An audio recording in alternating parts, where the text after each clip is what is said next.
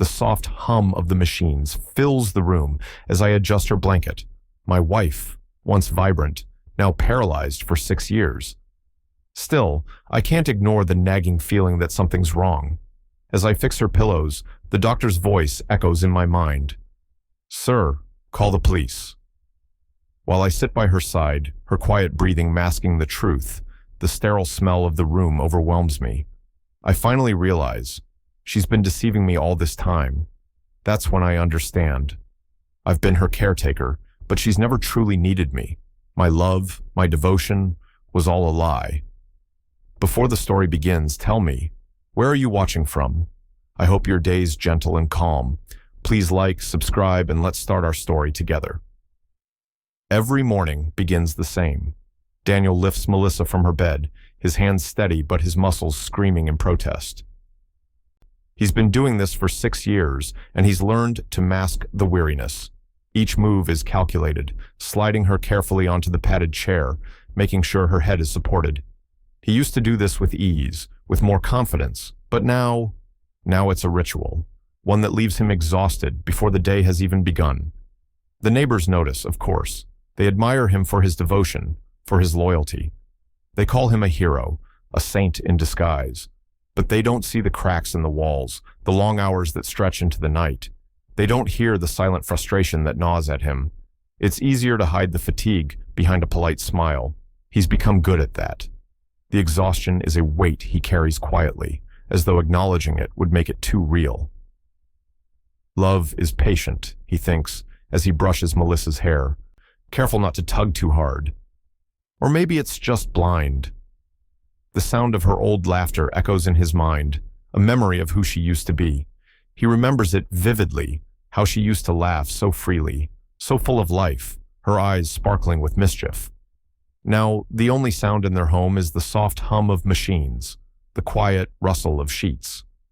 The silence is deafening. Daniel runs his hand over her scalp as he washes her hair, the familiar motions now feeling almost robotic. He's done it 1,000 times, each time the same tender care. He gently tilts her head back, the soft trickle of water running through her hair. Her eyes are closed, her expression placid, untouched by the world outside of her fragile body. 6 years. It's been 6 years since the accident. 6 years since the vibrant woman he married became a shell of herself, a prisoner in her own body. He used to believe the doctors. They said her condition was permanent, irreversible. But after all this time, Daniel has started to wonder. There are moments when he catches her looking at him with a glint in her eyes, as if she's playing a part. But he dismisses it. He can't question the reality he's built. It's easier to believe that this is the way it has to be, that this is what love demands. The hospital bills pile up. Every month, the same envelope arrives, the numbers growing higher, the balance never quite settling. Daniel pays them all without question. He sold his truck to cover the last big bill. He doesn't need it. What's a truck compared to the woman he swore to care for, to love in sickness and in health? But even that doesn't silence the ache. His daughter Clara calls less and less. Once a week, maybe twice if he's lucky. She's busy with her own life, with her own world that's grown distant from his. He's always tried to be the father she needed, but how can you be a parent when you're trapped in your own house, tethered to a promise you can't escape? Her resentment is something he feels every time the phone rings, an emptiness in the voice that answers, a coldness that he doesn't know how to thaw. At night, when the world outside goes quiet and the house feels smaller, Daniel stays by her side. He whispers words of comfort to her, words he doesn't know if she hears. "You're my purpose," he says, his voice thick with the weight of years spent in the shadow of sacrifice. He doesn't know if she can understand, but the words feel true in that moment. She's his purpose. She has to be. But as the days stretch into months, and the months into years, the cracks in his resolve are starting to show. He's starting to question the cost of love, the price he's paid. And deep down, buried beneath the exhaustion and the quiet hope, something is shifting. He's wondering how long he can keep pretending that he's not losing himself in the process. And then there's the look she gives him sometimes when she thinks he's not paying attention. the flicker of something behind her eyes. He doesn't know what it is, but it's enough to unsettle him. The routine continues. Every morning, the same motions. Every night, the same whispers. He tells himself he's doing the right thing, that this is what love is supposed to be. But somewhere, deep down, a question lingers. A question he hasn't dared to ask yet. Is this really love, or is it something else entirely? The silence between them grows heavier, and Daniel can't shake the feeling that something is about to change. The sterile scent of the hospital room clings to Daniel's clothes as he sits beside Melissa, watching the neurologist, Dr. Moore, flip through her scans. The cold, fluorescent lights above flicker faintly, matching the uneasy silence that hangs in the air. Dr. Moore is meticulous, her brow furrowed in concentration as she examines each image on the screen. Daniel leans forward, heart pounding in his chest, trying to catch a glimpse of the images too, but all he can see are dark shadows and blurred lines. "She's been paralyzed for 6 years, Daniel says, his voice rough. "You can see the damage, right? Her spine, the compression from the accident. She's not faking it." Dr. Moore doesn't look at him. She's still absorbed in the scans, but when she finally speaks, her words cut through the room like a blade. "There's no spinal damage consistent with total paralysis," she says, her tone professional, detached. Not enough to explain the complete lack of movement or sensation. Daniel's world shifts under him. He blinks once, twice, trying to process what she's saying. This can't be right. He's been told. He's seen the reports. He's held her hand through surgeries, through physical therapy that was supposed to help her regain some function. He's watched her struggle, heard her voice weakly complain of the pain when he moved her, when he bathed her. He's felt it, the weight of her body, limp and unresponsive in his arms. How could there be no spinal damage? "She can't move, can't feel," he says, his voice low, almost pleading. "She's been like this for years. I've taken care of her. I've watched her suffer." Dr. Moore looks at him now, her gaze sharp, almost piercing. There's no softness in her eyes, no sympathy, just an unsettling calmness. "Or," she says slowly, "she's pretending she can't." The words hang in the air between them, thick and suffocating. Daniel doesn't respond immediately. His heart races, his breath catching in his throat. Pretending. The idea seems absurd. He's seen the way Melissa has struggled every day, how she's fought for every inch of independence she could regain. This accusation doesn't fit into the life he's built for them, the sacrifice he's made. He laughs, the sound hollow. It's forced, nervous. Pretending? No, that's ridiculous. But even as he says it, the words don't sit right with him. A tiny seed of doubt has been planted, and though he tries to shove it down, it refuses to stay buried. It's like a crack in the dam that he can't ignore. His hands, which have always felt sure and strong when caring for Melissa, now tremble as he sits back in his chair. The very foundation of everything he's believed in for the past 6 years is starting to crack. Melissa lies on the bed, her eyes closed, her chest rising and falling in shallow breaths. Daniel looks at her face, the woman he's loved, the woman he's devoted himself to. Could she really be pretending? The thought is so alien, so painful, that he feels a sharp twist in his chest. He shakes his head again, more vigorously this time, trying to banish the thought from his mind. Dr. Moore presses on, unyielding. Her refusal to participate in physical therapy, her resistance to even the simplest exercises, it's all highly unusual.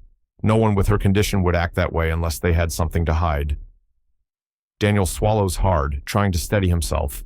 He can't, he won't believe it. It doesn't make sense.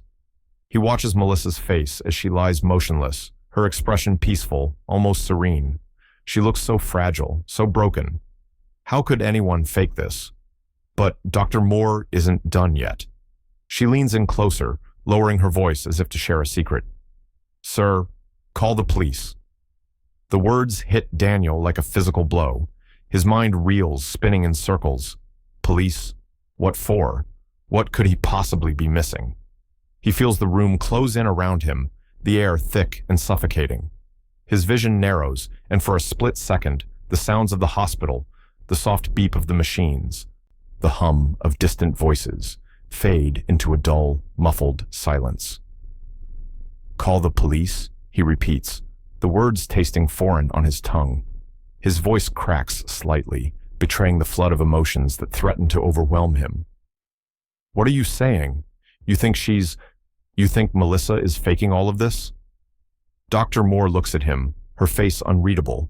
She doesn't answer him directly, but there's a sharpness in her eyes, a certainty that makes Daniel's blood run cold. "I don't know what's going on," she says quietly, "but something isn't right, and I think you deserve to know the truth." Daniel doesn't know how long he sits there after she leaves, the words echoing in his mind.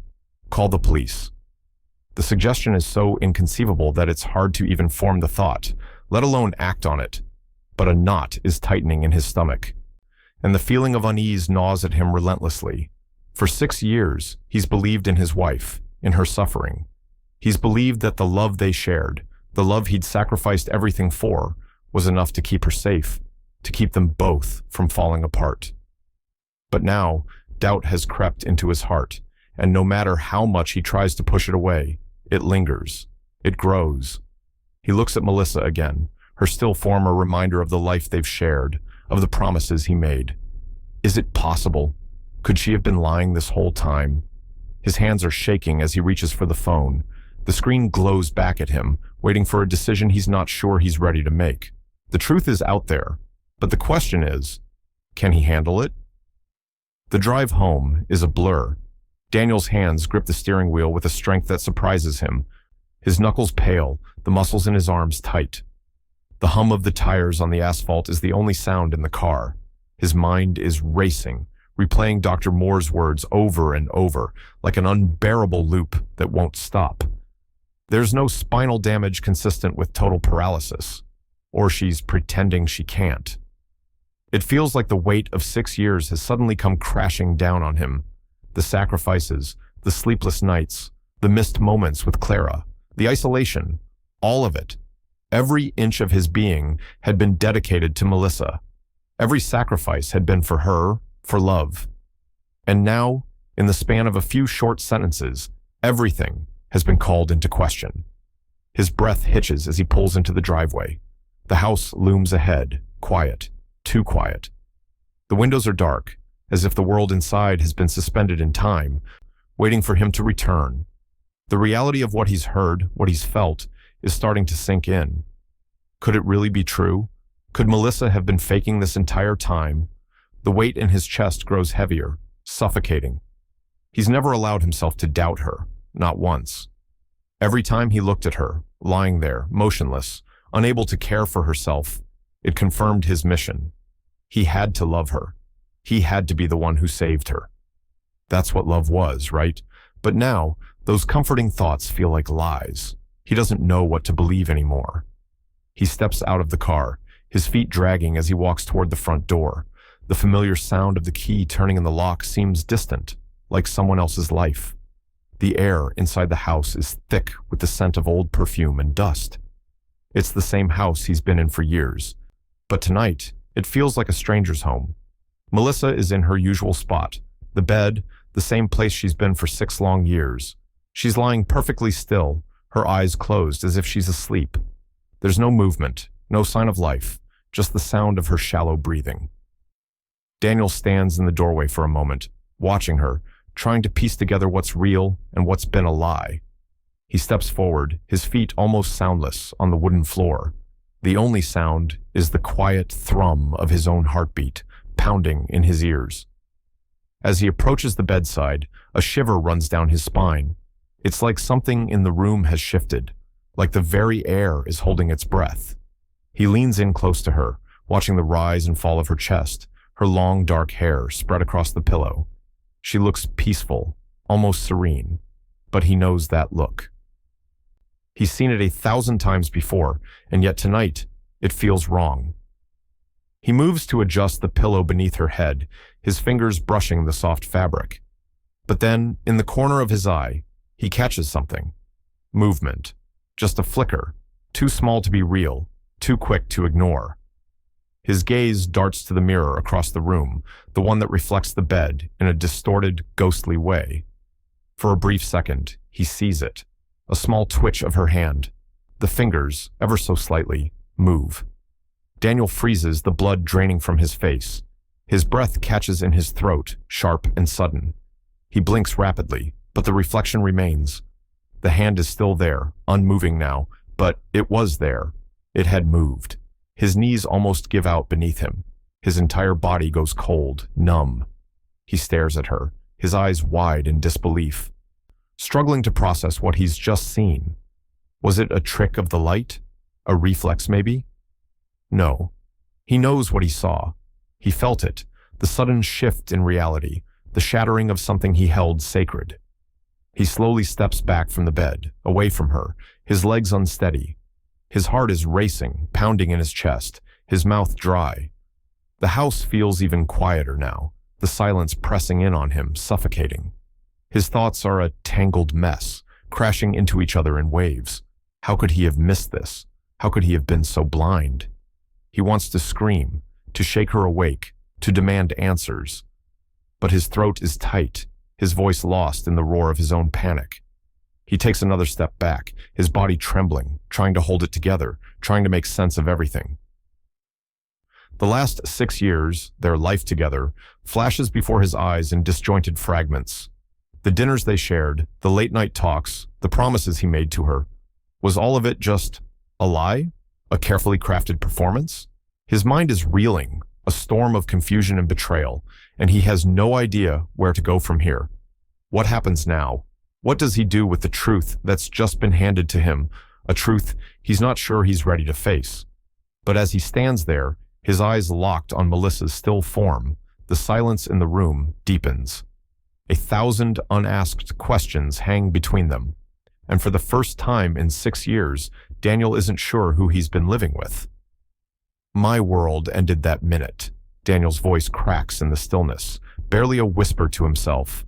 The weight of those words crushes him. It's not just the years of care, the sacrifices. It's everything he's believed about love, about truth, now crumbling to dust in front of him. He turns, taking one last look at the woman who was once his whole world, and as the door clicks shut behind him, his heart heavy with 1,000 unspoken words, the question lingers. What now? Daniel stands in the living room, staring at the security cameras spread out in front of him. He hasn't used these in years, old, worn-out equipment that's seen better days, but tonight it feels like the only way to get the answers he's desperately searching for. His hands move quickly, setting up the cameras in the corners of the rooms, strategically positioned to capture everything. He doesn't know why he feels so cold, but the chill in the air is seeping into his bones. Every inch of his house suddenly feels like a foreign place. The rooms, once filled with warmth, now feel like the walls are closing in on him. It's as if the house itself is holding its breath, waiting for the truth to unfold. He thinks of Melissa, lying in the bed, playing the role of the perfect invalid, and something inside him snaps. What if she's been lying this whole time? What if she's been pretending, just as Dr. Moore suggested? He can't keep walking around in this fog, pretending everything is fine. He needs to know. The cameras are set up quickly, their blinking red lights now a silent reminder of what he's about to do. Daniel runs a hand through his hair, his nerves frayed. This is it. The moment when the reality he's been clinging to for 6 years could come crashing down around him. Later that night, when the house is still and the shadows stretch long across the floor, Daniel sits in the darkened living room, his eyes glued to the screen. The footage starts playing in front of him. He watches, his heart hammering in his chest as the images flicker in slow motion. The first few clips show nothing out of the ordinary. Melissa, lying still, just as she always has. But then, the camera catches something. Movement. His breath catches in his throat. There on the screen is Melissa, sitting up in bed, adjusting her position. For a moment, she's just shifting, but then she stands. Daniel's heart stops. He leans forward, unable to tear his eyes away from the screen. He watches, transfixed, as Melissa takes slow, deliberate steps away from the bed. Her movements are careful, calculated. It's as if she's testing the limits of her own body, checking if anyone is watching. Daniel's hands tremble. his pulse quickening. His mind races with disbelief. This can't be happening. This can't be real. He rewinds the footage, watching again, his stomach churning. There's no mistaking it. She's standing. She's walking. And the most chilling part is that she's been pretending all this time. His thoughts whirl, crashing into each other. How could she do this? Why? What has he been living with for 6 years? What has he been sacrificing? He watches more, rewinding, fast-forwarding, playing the footage over and over. Each replay makes his stomach turn more, the anger building inside him like a storm. How dare she? How dare she use him like this? The woman he's loved, the woman he's given up everything for, has been playing him, and it cuts deeper than he expected. The next clip comes. It's nearly 2 a.m. The screen shows Melissa walking to the front door, slowly, carefully, like she's done this countless times before. She opens the door, steps outside, and walks toward the mailbox. Daniel's heart skips a beat. He leans closer to the screen, his breath shallow, eyes wide with disbelief. She's walking, again. But this time, it's worse. This time, she's out of the house. She's been able to do this all along, hasn't she? He rewinds it, watching again. Melissa takes her time, strolling toward the mailbox like it's an ordinary evening. She pauses, her silhouette bathed in the dim light from the street lamp outside. She pulls something out of her pocket and starts dialing on her phone. Daniel's pulse pounds in his ears, drowning out everything else. The screen flickers, and he hears her voice. "Yeah, he bought it for 6 years," she says, her voice smooth, almost smug. The words hit Daniel like a punch to the gut. His hand grips the armrest of the chair, his knuckles white. Bought it. The rage inside him ignites. He wants to scream, to throw something, to break something. But all he can do is sit there, frozen, listening as she laughs on the other end of the line. She continues, her laughter light and carefree. "I thought he might catch on sooner, but he's an idiot. It's been easy, honestly. No one even suspects." Daniel feels his blood run cold. She's talking to someone. The voice is familiar, too familiar. The camera zooms in on Melissa's face. Her expression shifts for a moment, just enough for Daniel to catch it, recognition, and then the voice on the other end responds. "Don't worry," the voice says, low and gruff. "He won't do anything. We've got it covered." Daniel's breath hitches. The voice. It's Michael Cross, his old friend, the man he once trusted, who had been by his side through thick and thin, the man who had pretended to be supportive all these years. His heart stutters. Michael Cross. The camera pans slowly, Daniel's hands shaking uncontrollably now, the screen a blur of disbelief and rage. His fingers hover over the rewind button, but he can't press it. The truth is staring at him, raw and ugly, and there's no escaping it now.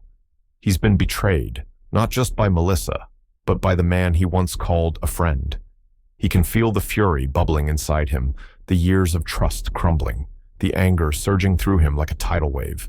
He slams his hand on the table, the sound sharp and violent in the silence. But there's no satisfaction in it, just a hollow echo. He stands up slowly, his eyes fixed on the screen. What now? What can he do with this knowledge, this betrayal that has shattered everything he thought he knew? The answer hangs heavy in the air, and for the first time, Daniel knows. He can't go back. Daniel stands in the dim glow of the living room, staring at the stack of receipts in his hands. The papers are crinkled and yellowed from years of handling, each one a record of the sacrifices he made without question, the money drained from his retirement fund, from savings that were meant for him, for Clara, for a future that now feels so distant. He watches as the light flickers off the receipts, each one a small piece of the life he's given up, each one a reminder of everything he's lost. He remembers the way he fought to keep things together in the beginning, the hours of physical therapy, the endless doctor appointments, the hospital bills that piled up like a never-ending mountain. There was no time to think, only action, only care. His mind was consumed with the thought of Melissa, her pain, her needs, her survival. And somewhere along the way, he forgot himself. retirement funds drained, life savings sacrificed. He hadn't taken a vacation in years. Friends faded into distant memories, unable to understand why he couldn't go out, why he couldn't leave the house. And his daughter, Clara, the one person who should have been by his side, supporting him, was the one he pushed away. Melissa, in her state, demanded all of his attention. She was his responsibility. He'd chosen to let her need him, to let her push Clara out of the picture. He remembers the look in Clara's eyes the last time they spoke, how she'd cried, tried to reach him, but he'd been so focused on Melissa that he didn't see the damage it was doing to their relationship. "You're all I need, Dad," Melissa had said to him one night, after Clara left their house in tears. "Your father's all I have." It was a lie, a manipulation, but he'd swallowed it, because it was easier to believe. He couldn't see the truth back then, the way Melissa was keeping him tethered to this life of sacrifice, of isolation, all for her. He stares at her now, asleep in the bed, the same bed she's been in for 6 years, the same fake helplessness etched across her face. He watches as her chest rises and falls in rhythm, her breathing soft and even. For a moment, he wonders if she's really asleep, or if she's pretending, as she has done for so long. The rage is there, simmering beneath his calm exterior. He's been carrying this weight for so long, and it feels like it's finally about to crush him. His eyes narrow as he looks at her, the woman he once loved, the woman he thought needed him. She never needed him. She needed control. She needed him to stay blind, and he's finally starting to see. "You killed me slower than death ever could," he whispers to himself, the words slipping out like a confession. It's not the life he imagined for himself, not the future he wanted. All the dreams he had are buried beneath this mountain of lies, and now, with each passing second, it feels like they're slipping further and further away. His hand clenches into a fist, the receipts still crumpled in his grip. The fire crackles in the fireplace, its warmth now feeling hollow. He's burning the evidence, but it's not just the receipts. It's everything. Every moment he spent believing in something that was never real. He watches as the paper catches fire, curling and turning black, and he feels a dark satisfaction in the flames. It's a small act of release, a release he's long needed. But as the flames lick the air, a thought crosses his mind. He grabs his phone, his hand trembling as he dials the number. Dr. Moore picks up on the third ring, her voice cool and professional. "Hello, Daniel. What's going on?" His heart is racing, but his voice is steady when he responds. "Don't call the police yet." There's a long pause on the other end of the line.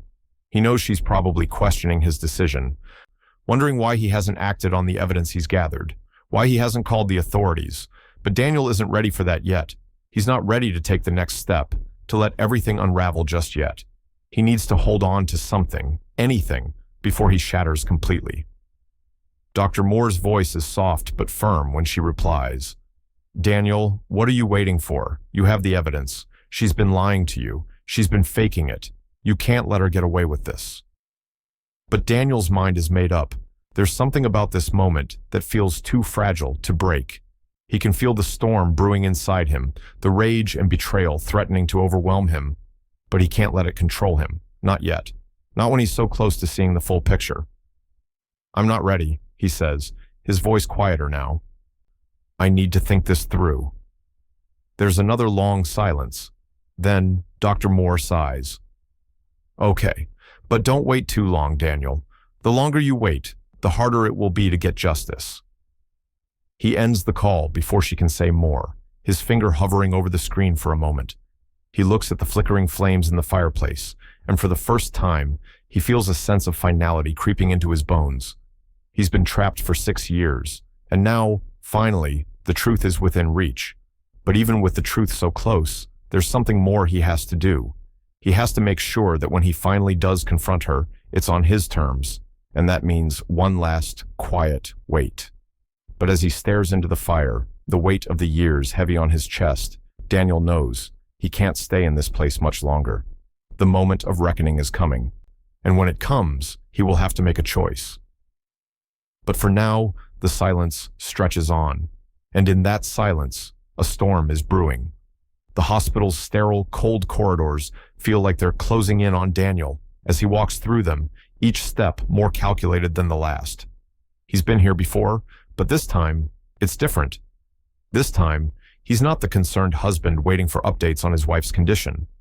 Today, he's a man searching for the truth that's been kept from him for 6 years. The weight of his purpose presses down on him, making his legs feel heavier with each step. He can almost feel Melissa's eyes on him, even though she's not here. Would she be watching him now if she knew what he was about to uncover? The archives are quiet. Dusty files and yellowed paperwork stacked in filing cabinets, rows of forgotten records. It's not a place meant for answers. But for Daniel, today, it's the only place that matters. His fingers skim the papers as he searches through the chaos, each file an avalanche of years lost, a painstaking journey of a man too blind to see what was happening right under his nose. He knows what he's looking for, though it feels surreal even thinking it. He's looking for the accident report, the accident that changed everything. He flips through file after file until finally his eyes land on it, a thick folder, worn at the edges. He opens it carefully, like the pages might crumble in his hands. The report is straightforward at first, outlining the details of the accident. A slip, a fall, emergency services called, a paralyzed woman, unable to move from the neck down. He swallows hard, his chest tightening as he reads through the lines. He's seen this before, in the reports Melissa kept in her records, her constant reminders that she'd tried to fight for recovery, but couldn't. He'd never questioned it. But now, seeing it in front of him, it all feels like a hollow echo. The page flips, and his eyes freeze on the next detail. Insurance payout. A hefty sum transferred to an account under Melissa's maiden name. His stomach drops. He rewinds it in his head. Melissa had always said that her medical expenses were too high to cover, that the bills were impossible to manage. But here, in black and white, is the proof. An insurance payout, deposited into an account she hadn't used in years, the same account from before their marriage, before the accident. Daniel leans back, the paper still in his hands, his heart pounding in his chest. This is it. This is the moment when everything shifts. It wasn't an accident. It was planned, staged. She'd planned her own fall, her own paralysis, all for a payout that had slipped right under his nose for 6 years. His thoughts spin out of control, the weight of betrayal settling over him like a fog. Michael Cross. He's mentioned in the report as a medical witness. Daniel's breath catches in his throat. Michael, his old friend, the one who had supported him through everything, the man who had reassured him, helped him make sense of the chaos that was Melissa's injury, the man who had been in on it. He slams the folder shut, a sharp sound that echoes in the quiet of the archive room. His hands are trembling now, his fists clenched tight as the reality of the situation settles in. Melissa, Michael, the two people he trusted most in the world. They've been lying to him, using him, for years. The door to the archives creaks, and Dr. Moore enters, her expression unreadable. She's been with him every step of the way, guiding him, urging him to face the truth. She knows what he's discovered, and though her face betrays nothing, there's a slight shift in her posture, like she's been waiting for him to make this realization. "You found it," she says quietly, her voice almost sympathetic, as if she feels the weight of this moment for him. Daniel looks at her, his eyes raw, filled with a storm of emotions. "She staged it," he says, his voice hoarse. "All of it. The accident. The paralysis. She planned it for the money. And Michael was in on it."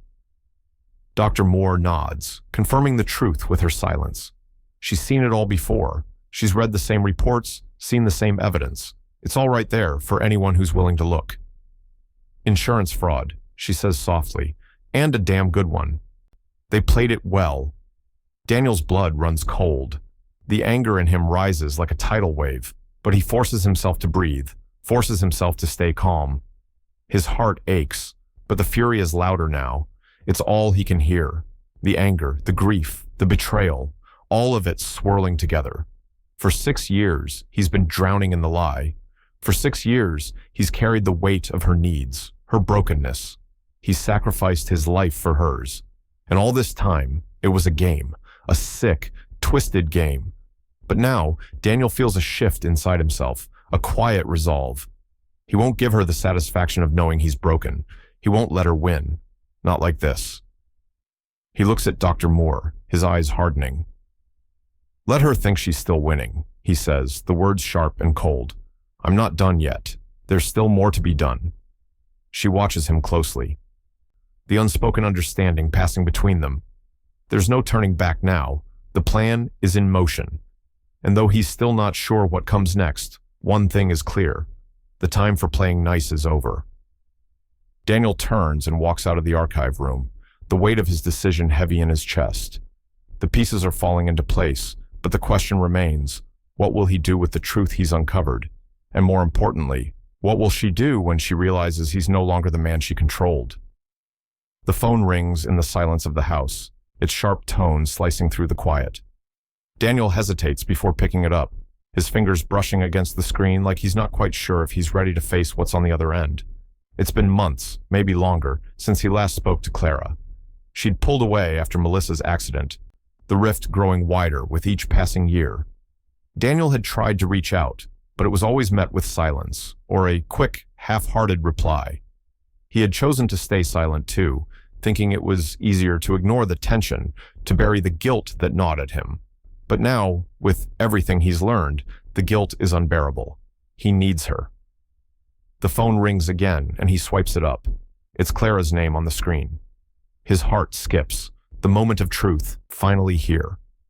He holds the phone to his ear, taking a deep breath before speaking. "Clara." His voice is hoarse, unfamiliar after so much silence. "It's me." There's a long pause, and for a brief moment, he wonders if she'll hang up, if this is just another missed opportunity to fix things. But then she speaks. "Dad," she says, her voice cold, distant. "I didn't expect to hear from you." "I know," he replies, the weight of the years between them pressing down on him. Look, I need to talk to you. I need you to see something." There's hesitation on the other end, a silence so thick Daniel can almost feel it. He can picture Clara standing there, weighing whether or not to give him a chance. Finally, she speaks again. "What is it?" Her voice is tight with skepticism, and he knows she's probably already made up her mind, but he pushes forward. "It's about Mom," he says, each word like it's coming from somewhere deep within him, somewhere buried for too long. "I've found something that I need you to see." Another long silence, but this time he hears her breath, shallow, unsure. Finally, she gives in. "Fine," she says, her voice softer now. "I'll meet you. But don't expect it to change anything." He agrees, and they set a time, an hour from now. As he ends the call, he feels the sting of her words. But more than that, he feels the weight of his own regret, the realization that he's pushed his daughter away for too long. He's hurt her. He's failed her. When they meet, Clara's face is as closed off as it's ever been. She's older now, no longer the young woman he remembered. There's a hardness in her eyes, a caution that wasn't there before. The years have changed her, just like they've changed him. But despite the distance between them, he can still see the girl he raised, the one who used to laugh at his bad jokes, who once ran to him for comfort. She doesn't speak at first, just watches him warily as they sit down in the small cafe. Daniel takes a deep breath. Knowing there's no going back now, he pulls out his laptop, opens the file, and hits play. The footage begins. He watches her, his chest tightening as the images unfold. He's seen it 100 times, but seeing it again, with Clara sitting beside him, makes it feel like a knife twisting in his gut. The footage shows Melissa, walking, moving, talking on the phone. His heart races with the old rage, the disbelief that's still so fresh. He glances at Clara, but she doesn't move, her face locked in an unreadable expression. The video ends, and the room feels colder, heavier. Clara's eyes are wide, but there's no shock in them, only quiet anger. Her lips tremble as she looks at her father, her voice breaking through the silence. "She made me believe you chose her over me," Clara whispers, the words thick with hurt. "She made me think you loved her more than you loved me." The pain in Clara's voice is enough to make Daniel's chest tighten. He can feel the years of tension between them, all of the anger and confusion that had festered because of Melissa's manipulation. The weight of it hits him, hard. He's been living in denial, caught in his own guilt, but the truth was always there. It was never about Melissa's injury. It was about what she did to them, what she took from them. He swallows hard, his eyes searching Clara's face for forgiveness, for some sign that she's still there, somewhere beneath the hurt. "I did," he says quietly, his voice barely above a whisper. "I chose her, but I didn't know what else to do. I thought she needed me. I thought I was doing the right thing." Clara looks away, her hand gripping her coffee cup so tightly it's as if she's trying to hold herself together. Her voice is barely audible when she speaks again. "And now?" Daniel pauses. For the first time in years, he allows himself to feel the full weight of what he's done, of the damage he's caused. But there's no time to dwell on it now. He needs to make it right. "I'm going to fix it," he says, his voice steady, determined. "I don't know how, but I will. I've been blind, Clara. I've been a fool, but I won't be anymore." There's a long silence between them, and then, finally, Clara nods, her face still tight, but something softer behind her eyes. "I'll help you," she says, the words quiet but resolute. "We'll fix this. Together." And in that moment, something shifts. The fracture between them isn't healed, not yet, but it's a start. It's the first step in a long road toward rebuilding what's been broken. Daniel feels the sting of his past mistakes, but as he looks at Clara, really looks at her, for the first time in so long, he knows that this is the beginning of something new. The journey to redemption, to truth, is just starting. And no matter what happens next, he's not going to face it alone. But even as they sit there, the weight of the truth hanging between them, Daniel knows there's still so much more to uncover, and Melissa's lies are only the beginning. The kitchen smells familiar, comforting. Daniel stands over the stove, stirring the pot of soup, the sound of the spoons scraping against the metal, mixing with the soft hum of the evening. It's a routine, something that's become second nature to him over the past 6 years. Chop, stir, season, serve. He does it all without thinking, his movements mechanical, his mind elsewhere. His hands work quickly, but his thoughts are slower, darker. The ingredients, carrots, celery, broth, are all the same, but tonight, everything feels different. The weight of it all presses down on him. The cameras he set up, the footage he's watched over and over, the betrayal that still churns in his stomach. But right now, none of that matters. Right now, he's playing his part. Melissa is in the living room, as she always is, lying on the couch, wrapped in a blanket. She's the same as she's always been. Her face soft, innocent, her eyes closed, as if she's drifting in and out of sleep. She's the picture of helplessness, the role she's perfected over the years. But tonight, Daniel sees her differently. He sees the cracks in the illusion. He knows what she's hiding. The soup is ready. He ladles it into 2 bowls, careful to keep his movements steady, his face neutral. He can't let her see what's inside him. He can't let her see the rage that simmers just beneath the surface. She's been playing this game for so long, but he's done pretending. Not yet, though. Not tonight. Not in front of her. He walks into the living room, balancing the bowls in his hands. Melissa's head tilts slightly, and she smiles when she sees him. It's a practice smile, one that's always been there, always put on for his benefit. She's the same as she's always been. Fragile, sweet, helpless. The woman he spent 6 years caring for. The woman he's loved, believed in. He sits next to her, placing the bowl on the small table in front of her. Her eyes follow his movements carefully. Her expression blank, but full of expectation. Daniel places a spoon in her hand, watching her fingers curl around it, her grip weak but deliberate. She lifts it to her mouth slowly, the movements exaggerated, as if she's still unsure whether the world around her is real or some lingering dream. "Dinner's ready," he says softly, his voice steady, betraying none of the chaos inside him. "Thank you," she replies, her voice smooth, sweet, almost childlike. "You've always been the best at this." Daniel doesn't respond right away. He watches her, his eyes studying her every movement, every flicker in her expression. He knows she's pretending. He knows it like he knows the back of his hand. It's there in the way her eyes linger on the spoon, the way she holds the bowl. There's something too rehearsed about it, too perfect. And for a moment, as she lifts the spoon to her lips, something happens. Just a brief second. Her hand twitches, the smallest movement. It's almost imperceptible, but to Daniel, it's everything. She almost moves too soon. A slip. A crack in the facade. His heart stutters in his chest, but he hides it. He's been hiding it for 6 years. He won't let her see what she's done to him. He won't let her win by showing weakness. He forces a smile, his lips stretching tight as he looks at her, as if nothing's changed. "Still the best cook in the world," she says, her voice dripping with sweetness, like nothing is wrong, like nothing has ever changed. Daniel meets her gaze, his smile never faltering. "Good," he says, his voice low, controlled. "You'll need strength soon."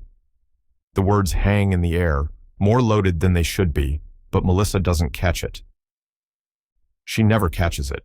She just smiles back, her face glowing with an innocence she no longer deserves. Daniel's eyes never leave hers. The calm exterior is just that, an exterior. The rage, the grief, the betrayal. It's all hidden beneath, simmering under the surface like a storm waiting to break. He feeds her the soup, his hands gentle as he guides the spoon to her mouth. His touch is careful, almost tender, but inside, his mind races. She's been lying to me. She's been lying to us both. She's destroyed everything. The camera in the corner of the room catches every moment, every word, every movement. It lingers, watching him, watching her. And as Daniel continues to feed her, his stare never wavers. He's looking at her, but he's not really seeing her. He's seeing the woman he thought he knew, the woman who he loved, the woman who destroyed everything. His hands shake just slightly as he holds the spoon, but it's nothing Melissa would notice. She's too busy playing her role, too busy acting like the helpless woman she wants him to believe she still is. The mask is flawless. The act is perfect. But he knows now. He knows everything. And as the silence stretches between them, Daniel feels a shift in the air. The moment of truth is coming, and when it does, there will be no turning back. He doesn't know what happens next, but he knows one thing for certain. He's done being her fool. He sets the spoon down gently, and the camera lingers on his controlled stare. There's something dangerous in his eyes now, something she doesn't see, something that she will soon regret underestimating. This is only the beginning, and for the first time in 6 years, Daniel is no longer pretending. The knock on the door is unexpected, sharp, insistent. Daniel's hand freezes over his cup of coffee, the warmth from the mug no longer comforting. He sets it down slowly, his pulse quickening. Michael. Of course, the last person he expected to see today, and yet, here he is, unannounced. The sound of the knock comes again, louder this time, followed by the faint shuffle of footsteps on the porch. Daniel rises from the chair, his movements slow but deliberate, his mind already racing. He walks to the door, his chest tight, his face a mask of calm. He hasn't spoken to Michael since everything changed, since the betrayal became clear.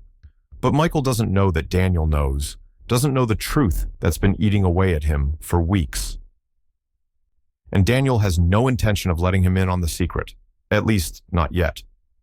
He opens the door with a smooth motion, and there he is, Michael, his old friend, the man he trusted more than anyone. Michael's face is smiling, that warm, friendly grin he's always worn like a shield. But there's a nervous energy behind it now, an edge Daniel picks up on immediately. "Hey, Daniel," Michael says, his voice too chipper, as if the world hasn't just shifted beneath their feet. "Thought I'd drop by. Been a while, huh?" Daniel nods slowly, stepping aside to let him in. His voice is casual, almost too casual, as if nothing has changed, as if nothing is wrong. "It has been a while. Good to see you, Michael. Come in." Michael walks past him into the living room, his eyes scanning the room, but they don't meet Daniel's. Daniel watches him carefully, noting the way Michael's posture stiffens as he glances around, like he's trying to seem at ease but failing. It's almost laughable how obvious it is, but Daniel doesn't let it show. Not yet. "So," Daniel says, sitting down on the couch, his eyes never leaving Michael's face. "What's up? Everything good?" Michael hesitates for a moment, clearly unsure of how to navigate this. Yeah, just wanted to check in, see how things were going with Melissa. Heard you've been really carrying the load." Daniel nods, his gaze steady. "Yeah, well," he says, taking a long breath as if he's reflecting. "She's been through a lot. You know how it is." Michael doesn't meet his eyes. Instead, he shifts his weight uncomfortably, rubbing the back of his neck. Yeah, of course," he says quickly, too quickly. "She couldn't have survived without you, Daniel. You've been a real hero, man." Daniel's heart doesn't skip a beat, but a cold shiver runs down his spine. He feels the words settle in his gut like a heavy stone. "A real hero," he repeats, his voice smooth, controlled. "Yeah, it hasn't been easy, but I've done what I had to do." There's a long pause, and Michael shifts his weight again, this time toward the door. Daniel watches the nervous twitch in his friend's movements, the way his eyes flick toward the door like he's about to bolt. Something isn't right. Something feels off in a way that Daniel can't quite put into words. "So, what's been going on with you?" Daniel presses, forcing the conversation to keep moving, to mask the tension that's slowly building. "How's work? Everything all right?" Michael laughs too loudly, too forced. Yeah, same old. You know how it is. Just busy, keeping my head down." He takes a step toward the door. "Anyway, I won't keep you, man. I just wanted to check in. I know this isn't easy on you. You've been doing a hell of a job." As Michael turns toward the door, Daniel's eyes narrow. Something feels wrong. He's seen that look before, the look of someone with something to hide. He can feel it in his gut, like a warning. Without thinking, Daniel slips quietly to the side, glancing at the porch camera mounted just outside the window. He presses the button, bringing up the footage. Michael steps outside, turning away from the house, thinking Daniel can't hear him. But he's wrong. "I'll be back," Daniel hears Michael whisper in a low, hurried tone, barely audible, but clear enough. He knows. Daniel's breath catches in his chest. His mind races as the words settle like lead in his stomach. Michael knows, but not the whole truth. Not yet.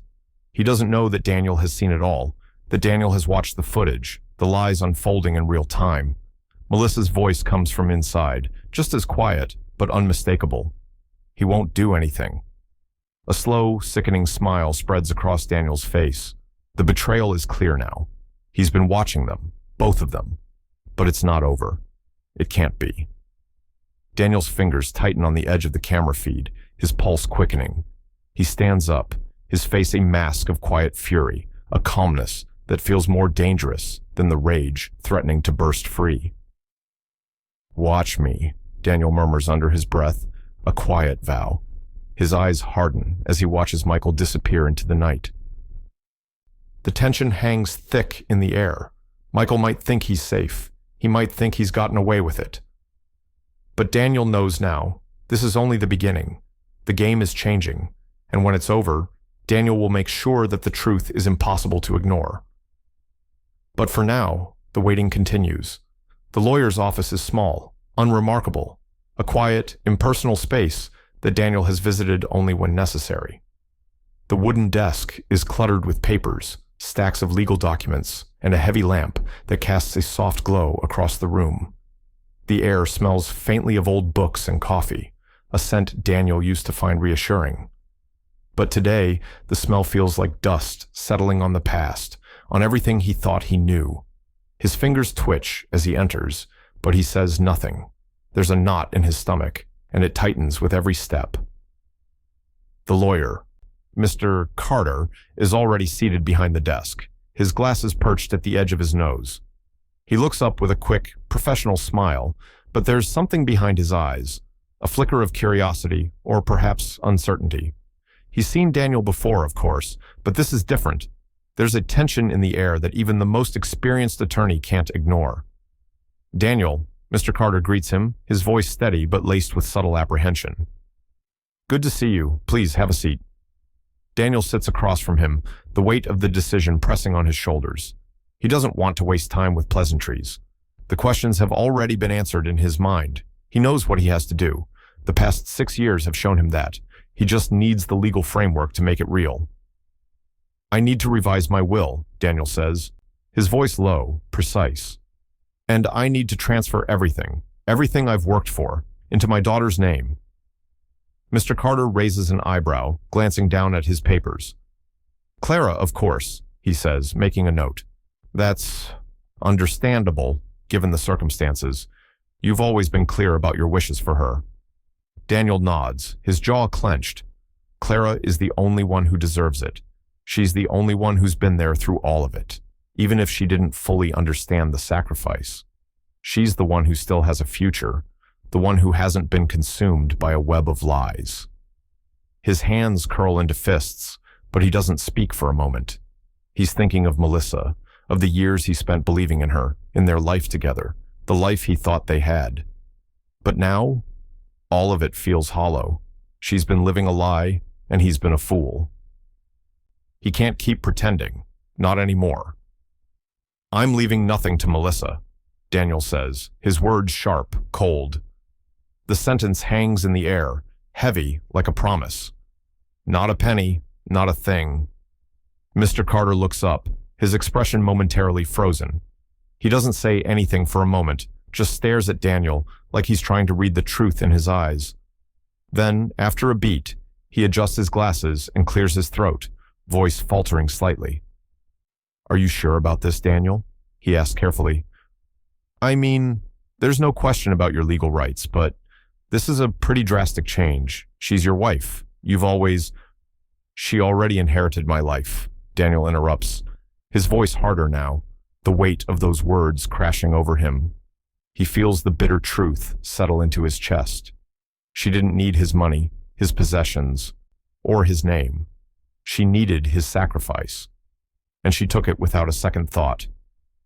Mr. Carter pauses, looking at Daniel with a mix of confusion and concern. But Daniel doesn't flinch. He's done with second-guessing, done with the guilt that's weighed on him for far too long. I'm sure, Daniel replies, his voice unwavering. It's time to make things right. The lawyer leans back in his chair, his hands folding in front of him as he watches Daniel with a steady gaze. He's been through many wills, many revisions, but he's never seen anyone quite like Daniel. He can see the resolve in his eyes, the finality in the way his hands move when he takes the pen from the desk. There's no hesitation, no remorse. Just a man making a choice, cutting ties with everything he thought he knew. The pen scratches across the paper as Daniel signs the documents. Each stroke a definitive break from the past. The room is quiet except for the sound of the pen gliding over the paper. The finality of it all hangs in the air, suffocating in its simplicity. Mr. Carter doesn't ask any more questions. He doesn't need to. He knows this is not a decision that's been made lightly. He watches as Daniel seals the envelope, the movement slow but deliberate. The words "justice" are written across it in bold, sharp letters. The envelope is small, but it carries the weight of everything Daniel has been carrying for years. A lifetime of sacrifice, betrayal, and pain. He pushes the envelope toward Mr. Carter, his hand steady. Take care of it, Daniel says, his voice quiet but firm. Mr. Carter nods, though his expression betrays a touch of confusion. He knows there's more to the story than he's been told, but he doesn't press. Not now. Daniel stands up, straightening his coat, his eyes locked on the lawyers for a moment before he turns to leave. He's done. With the past. With the lies. With the weight of everything that's held him back. As he walks out of the office, the door closing softly behind him, there's a sudden stillness in the air, like the world is holding its breath. He's stepped into a new chapter, one where the truth can no longer be ignored. And as he walks down the hallway, one thing becomes clear. This is the moment when everything changes. The faint sound of a piano note echoes in the background, the softest reminder of what's been lost, what's been sacrificed. And as the door to the office swings shut behind him, Daniel steps into the unknown, a man with a plan and a new beginning. But with the truth now out there, the question lingers. What will the consequences be? The day is unusually bright, the sun filtering through the blinds in Daniel's living room, casting long, thin shadows across the floor. But the warmth from the sunlight doesn't reach him, doesn't touch the storm brewing inside him. Today is the day. The plan he's been building for weeks is about to unfold. He's prepared for this moment with meticulous care, every detail thought through, every potential move calculated. He knows what he needs to do. The trap is set. Melissa lies in the bedroom, as she always does, the same helpless expression on her face, her body languid under the covers. It's a game to her, one she's played for years. But today, she's going to slip. She has to. Daniel just has to make her believe nothing has changed, that he still doesn't know the truth. He'll bait her, set the stage, and she won't even realize it until it's too late. He walks into the room, his face neutral, hiding the fire burning beneath his skin. Melissa looks up at him, blinking slowly as if she's just woken from a nap. Her eyes are soft, the usual facade of fragility and helplessness plastered over her face. They want to run reflex tests again, Daniel says, his voice smooth, almost casual, as though he's simply talking about a routine checkup. It's nothing serious, just a review. Melissa doesn't react immediately. Her eyes narrow slightly, a flicker of hesitation in her expression. Then, as if deciding against questioning him, she nods slowly. Of course, I'll go. Just let me get ready. Daniel doesn't let his breath escape until she's out of sight. The quiet hum of the house filling the space between them. His hand trembles slightly as he picks up the hidden camera, placing it carefully in the corner of the room. It's small, discreet, its presence unnoticed to anyone who isn't looking for it. He's done this before, setting up cameras in places she never thought to look, but this one feels different. This one is the key. He watches as Melissa gets dressed, moving in the exaggerated, slow manner she's perfected over the years. She has no idea what's about to unfold, and Daniel finds it almost unbearable to watch.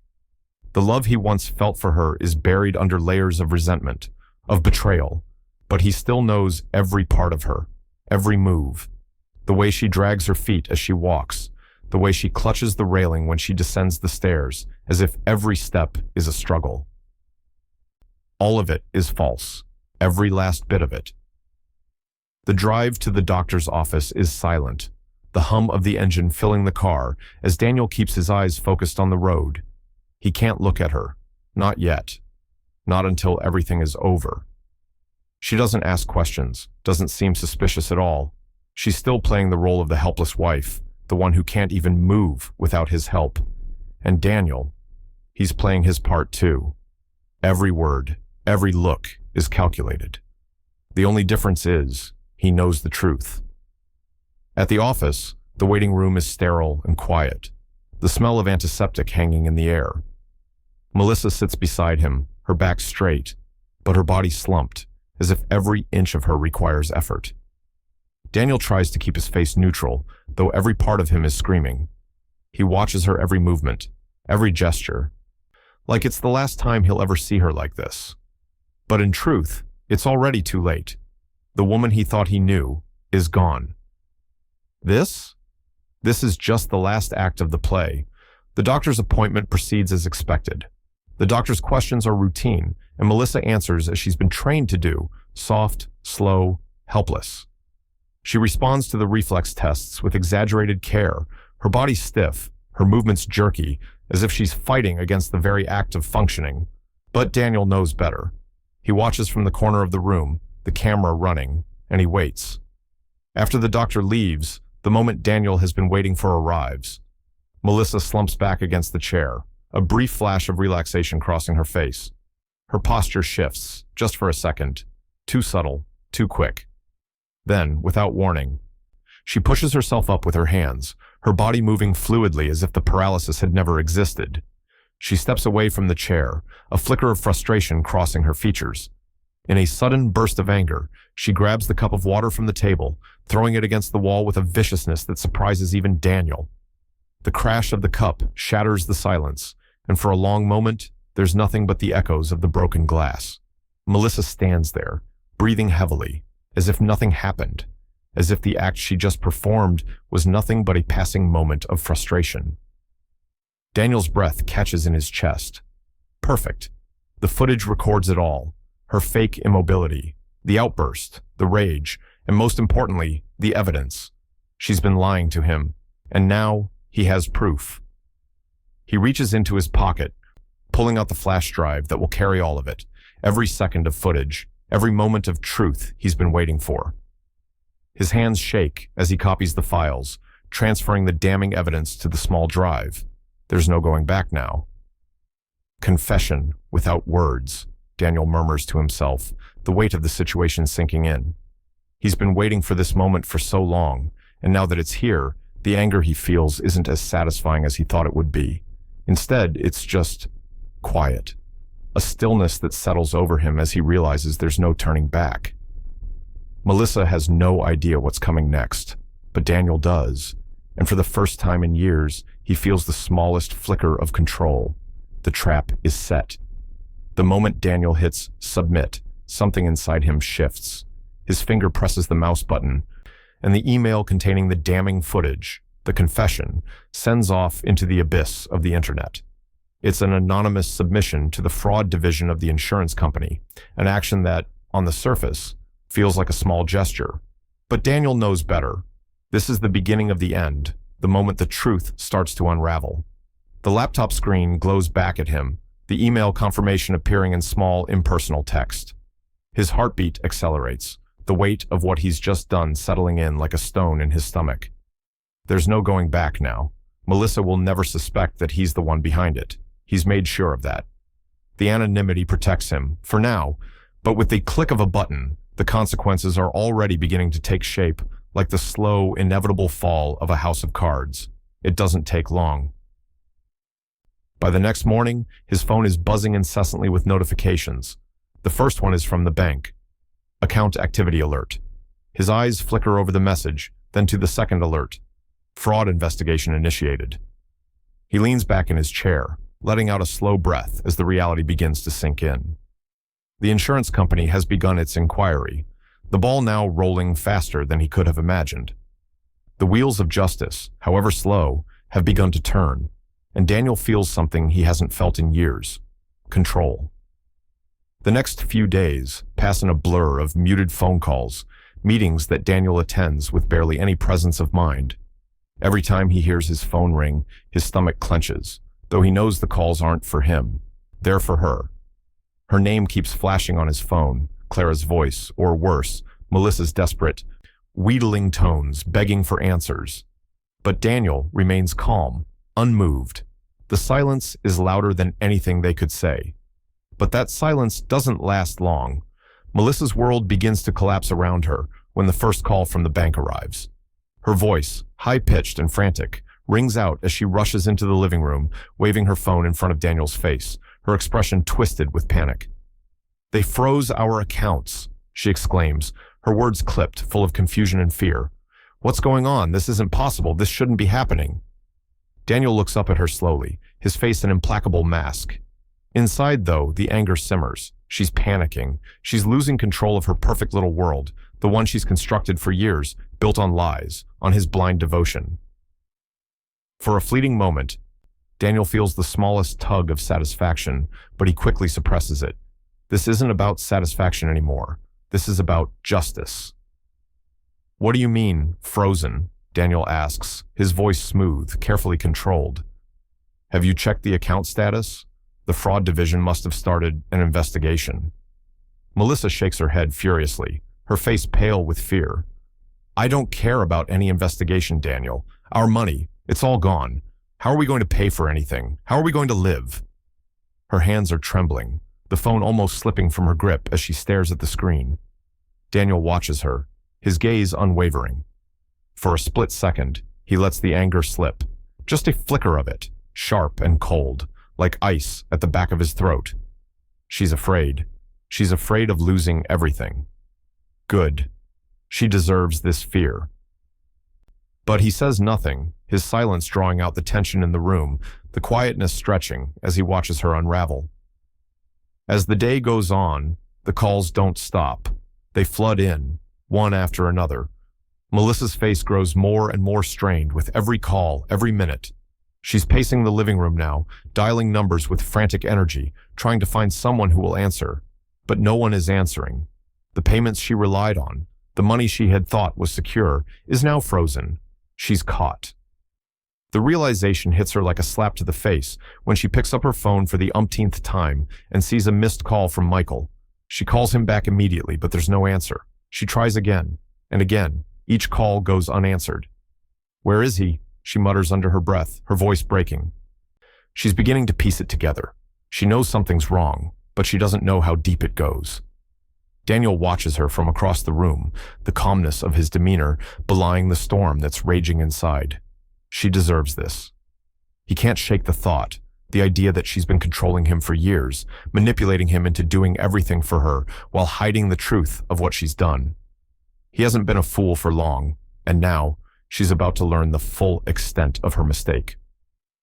He leans back in his chair, his fingers tapping lightly against the armrest. The silence in the house is heavy, punctuated only by the occasional ring of Melissa's phone. She's desperate, she's sinking. And Daniel, he's watching it all unfold. "Let silence collect the interest," Daniel murmurs under his breath, the words almost a promise to himself. The investigation has begun. The truth will surface, but for now, the waiting is the hardest part. Melissa will panic. Michael will eventually realize he's been caught, but the game isn't over. Not yet. Daniel leans back, his eyes trained on the front door, his body still as he waits for the inevitable storm to break.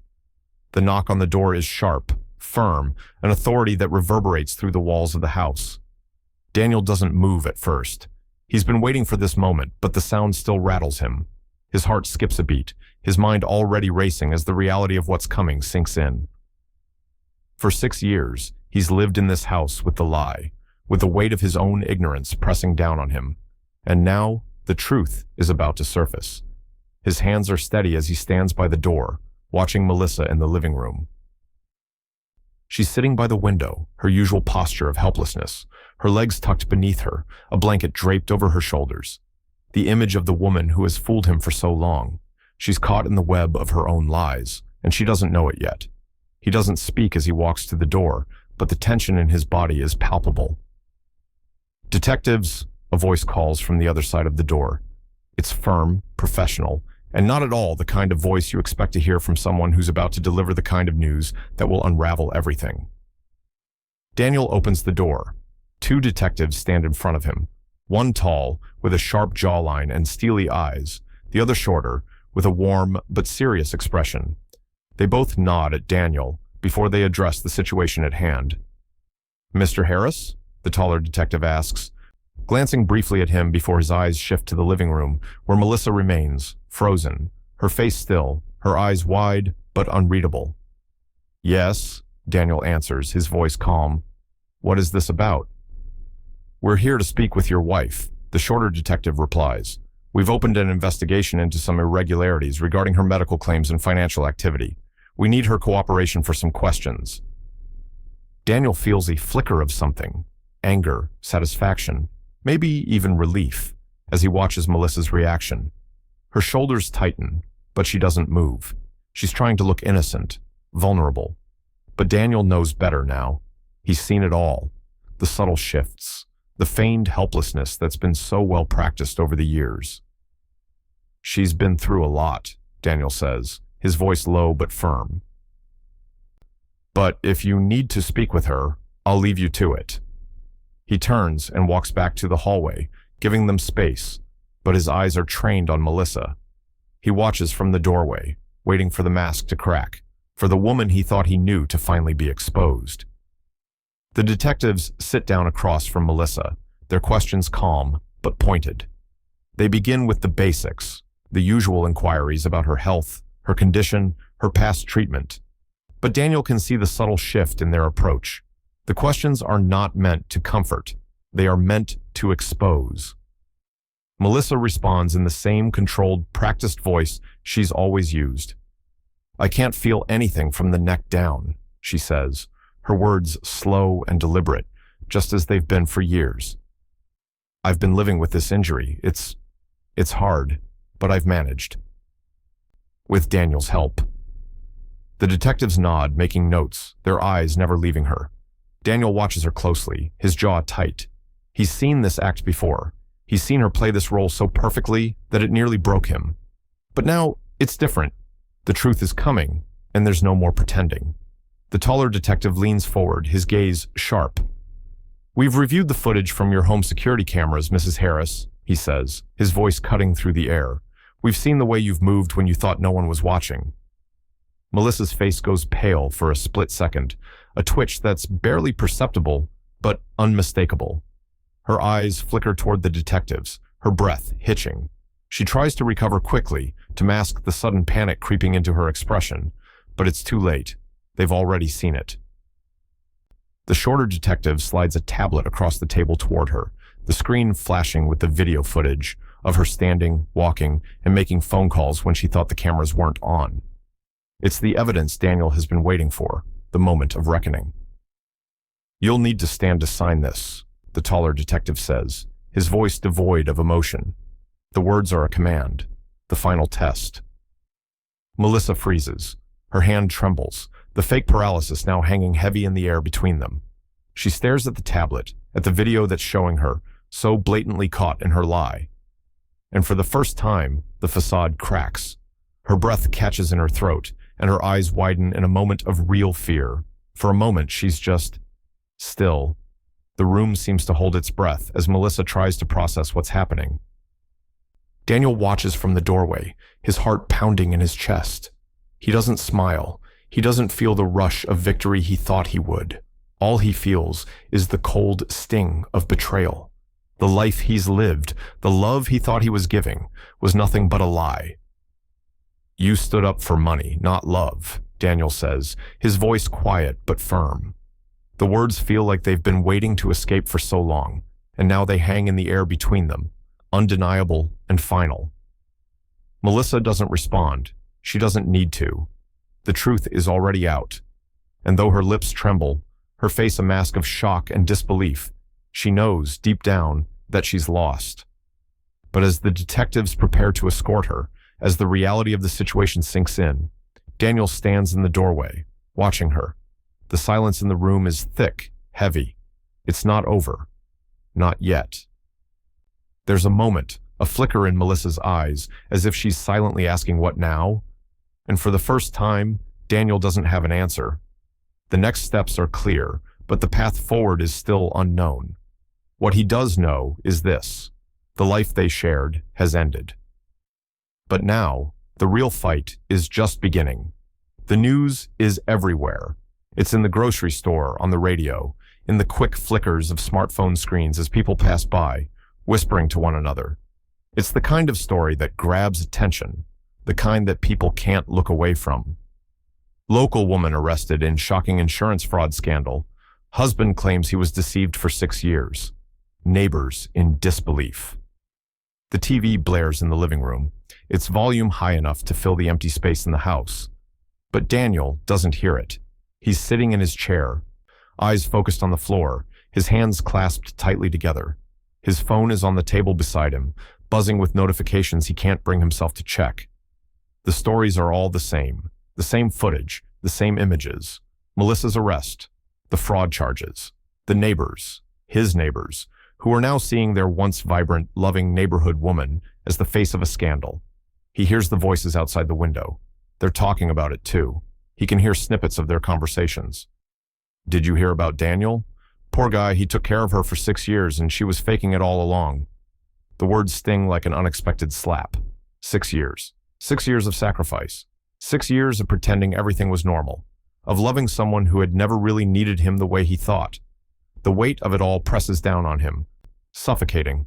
The sympathy. It's too much. His stomach twists with a mixture of guilt and anger. Everyone wants to tell him how sorry they are, how much they admire his strength, how they didn't know. But they didn't live his life. They didn't see what he saw. They don't know the loneliness, the exhaustion, the years of quiet sacrifice. They can't possibly understand. A soft knock on the door snaps Daniel out of his reverie. Clara enters without waiting for him to invite her in, her face set with a determination he's learned to recognize. She's been his silent support through this whole ordeal, even though they haven't spoken much beyond the necessary words. There's so much between them that hasn't been said, so many years that can't be undone, but in this moment, she's the only one who hasn't turned away. "Dad," Clara says, her voice low but firm. "You don't have to watch this." Daniel looks up at her, his expression unreadable. "It's already out there," he says quietly, his eyes lingering on the TV, where the news anchor is speaking to a stunned-looking neighbor. "I can't stop it now." Clara steps forward, her hand reaching out to turn off the TV. She doesn't say anything else, but the gesture speaks volumes. She knows. She knows what it feels like to have your life turned into a spectacle for everyone to judge, and she knows that there's no escaping it now. Melissa's mugshot flashes on the screen, her face half proud, half empty, as if she's unsure of what she's really feeling. A smirk hovers at the edge of her lips, but her eyes are hollow. Daniel watches it for a moment before he turns away, his throat tightening. He doesn't want to see her like this, not like this. Not now that the truth is out. He doesn't need to hear her lies anymore. The woman he loved is gone, buried beneath years of deception. Clara, sensing his distress, steps forward, her face hardening as she turns off the TV. "I'm sorry, Dad," she says, her voice tight. "I know this isn't easy." Daniel nods, rubbing his forehead. He's tired, so tired. Tired of the sympathy, tired of the whispers, tired of the cameras that seem to be everywhere, catching every moment of his life. For the first time in years, he feels as if he can finally breathe, but it's a shallow, hollow kind of relief. The weight of everything is still there, and though the truth is out, it's not enough to heal the damage that's been done. Suddenly, there's another knock on the door, and Daniel feels his chest tighten. It's the sound of another intrusion into his life, another moment of unwanted attention. He doesn't want to face it, but he knows he has no choice. Clara steps forward to answer the door, and Daniel stays seated, not wanting to move, not wanting to face the cameras that he knows are out there, just waiting for him to step into their line of sight. He hears Clara speaking with someone at the door, but he doesn't make out the words.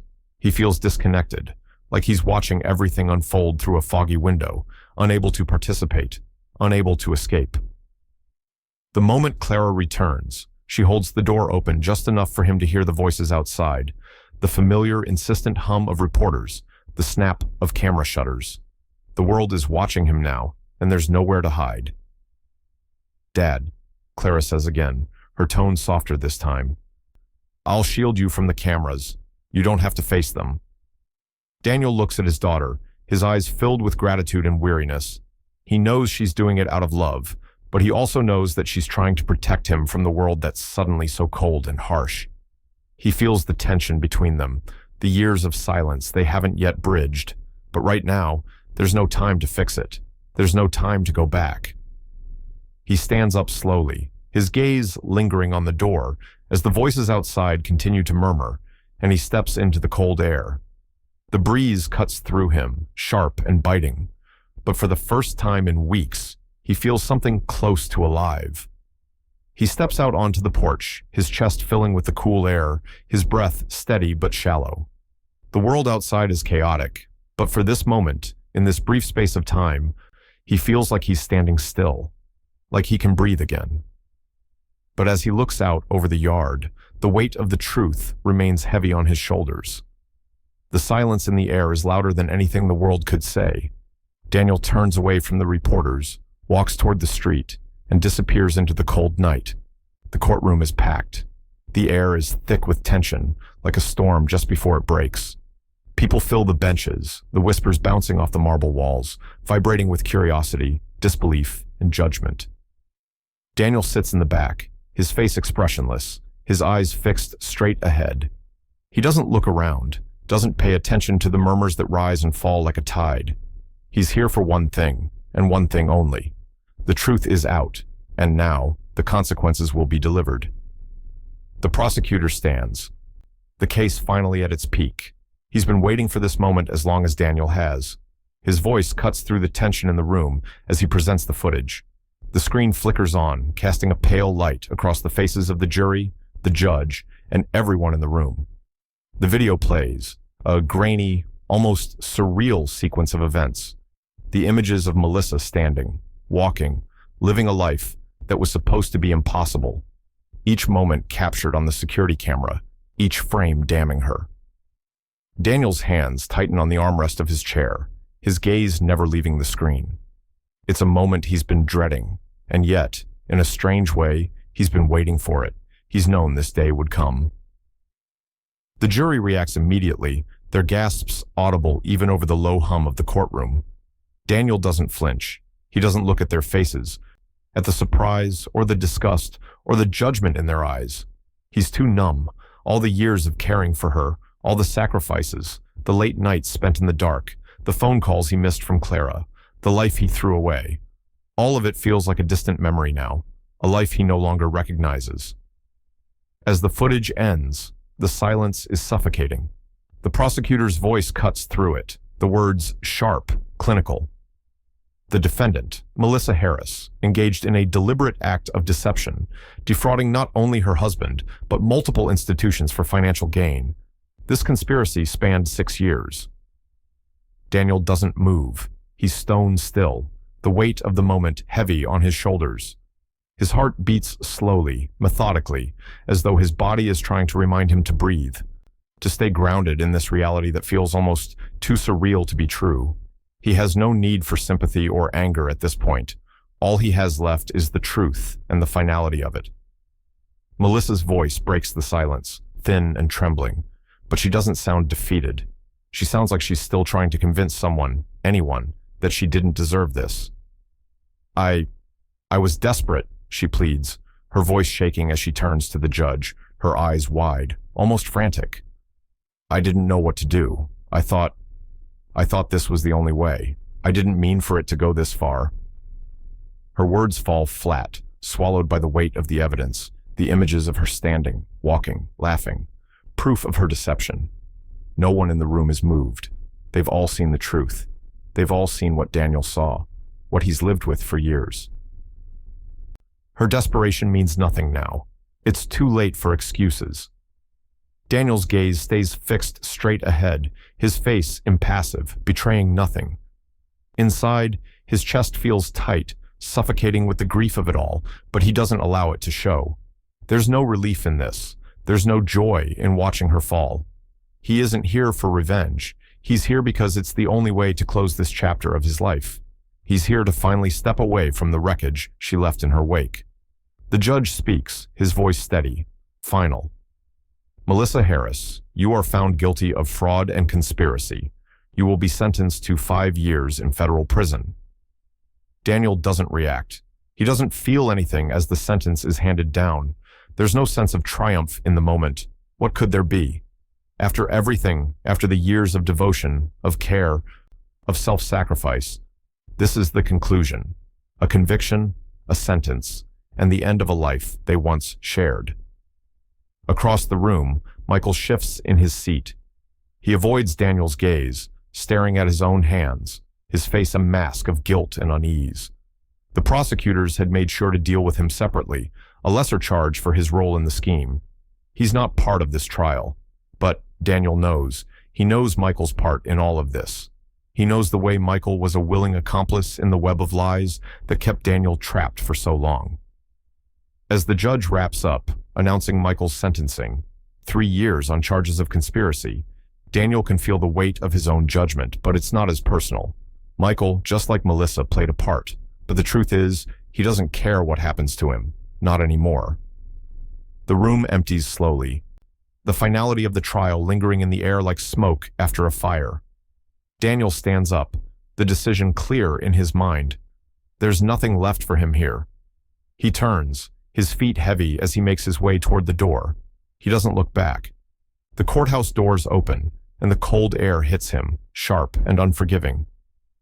For the first time in weeks, Daniel breathes deeply, the chill seeping into his lungs. It feels strange, this freedom, like stepping into a world that's finally his again. But it's not the freedom he thought he'd find. It's not a release filled with joy. It's a quiet, heavy freedom, a new reality that doesn't feel like a victory, but a necessary step forward. As he walks into the sunlight, he doesn't smile. There's no celebration in this, only a deep, unsettling sense that the hardest part is still ahead. The familiar scent of antiseptic and old coffee fills Daniel's nostrils as he steps into the paramedic station. It's been years since he set foot here, since the long shifts, the adrenaline, the camaraderie. He's changed since then, in ways he can't quite articulate, but as the door swings open, the flood of memories hits him like a wave. The station is just as it was when he left. The same worn-out chairs in the break room, the same clutter of medical gear in the corner. But it feels distant now, a world he's somehow stepped away from. His colleagues look up as he enters. A couple of them stand, surprised at first, but when they see him, the recognition is instant. A few voices call out his name, and for a brief moment, the world feels like it's slowing down, like the past is reaching out to him. "Daniel, is that you?" One of the older medics, Jim, steps forward, his arms wide, a grin spreading across his face. It's the kind of grin that's meant to be comforting, like nothing has changed. Daniel doesn't smile back, but he shakes Jim's hand firmly. There's something raw in his chest, a mix of gratitude and grief, something he's never been able to fully express. "Yeah, it's me," he says quietly. His voice cracks slightly, but he hides it quickly. He doesn't need their sympathy. Not yet.